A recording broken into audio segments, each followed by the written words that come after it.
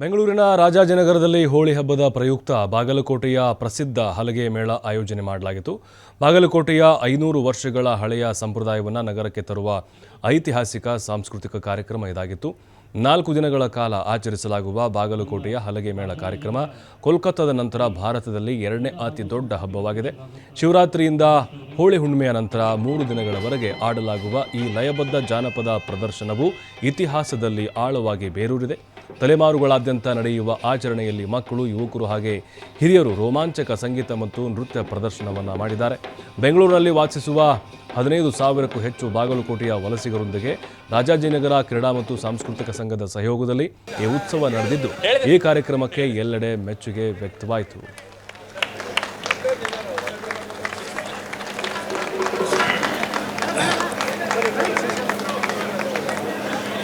ಬರಲಿ ನೀವು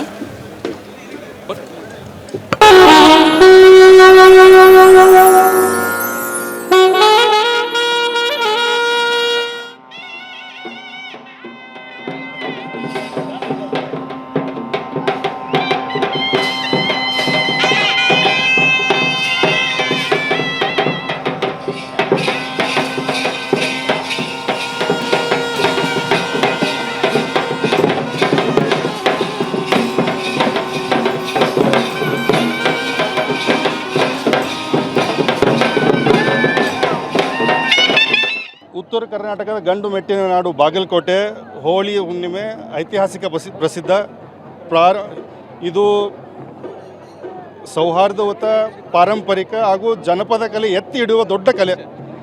ಶಿವರಾತ್ರಿ ಆದ ದಿನದಿಂದ ಹೋಳಿ ಹುಣ್ಣಿಮೆ ಆದ 3 ದಿನದವರೆಗೂ ಅತ್ಯಂತ ವಿಜೃಂಭಣೆಯಿಂದ ಹೋಳಿ ಆಚರಣೆ ಮಾಡಲಾಗುತ್ತದೆ. ಬಾಗಲಕೋಟೆಯಿಂದ 15ರಿಂದ 20,000 ಜನ ನಾವು ಮೈಗ್ರೇಟ್ ಆಗಿದ್ದೀವಿ. ಇಲ್ಲಿ ಒಂದು 2-3 ತಲೆಗಳಿಂದ ತುಂಬ ಜನ ಇದ್ದಾರೆ. ಅನ್ಫಾರ್ಚುನೇಟ್ಲಿ ನಮಗೆ ಮಾಡೋಕ್ಕಾಗಿರಲಿಲ್ಲ. ಈ ಸತಿ ಮೊದಲನೇ ಬಾರಿಗೆ ಬಾಗಲಕೋಟೆ ಹೋಳಿ ಹುಣ್ಣಿಮೆ ಬಾಗಲಕೋಟೆ ಬಿಟ್ಟು ರಾಜ್ಯದ ರಾಜಧಾನಿಯಾದ ಬೆಂಗಳೂರಿನಲ್ಲಿ ಆಚರಣೆ ಮಾಡ್ತಿದ್ದೀವಿ.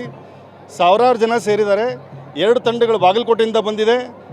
ಹಲ್ಗೆನೂ ತುಂಬ ಐತಿಹಾಸಿಕವಾಗಿ ಮಾಡಿರೋ ಹಲ್ಗೆ, ಅದು ತುರಾಯಿ ಹಲ್ಗೆ, ಅದ್ರ ಜೊತೆ ಕನಿ, ಅದ್ರ ಜೊತೆ ಜುಮ್ರಿ, ಅದ್ರ ಜೊತೆ ಶಹನಾಯಿ, ಹೀಗಾಗಿ 16 ಜನದ ಒಂದು ಟೀಮ್ನ ನಾವು ಕಟ್ಟಿ 500-600 ವರ್ಷಗಳಿಂದ ಇದನ್ನು ಪ್ರಯತ್ನ ಮಾಡ್ತಿದ್ದೀವಿ.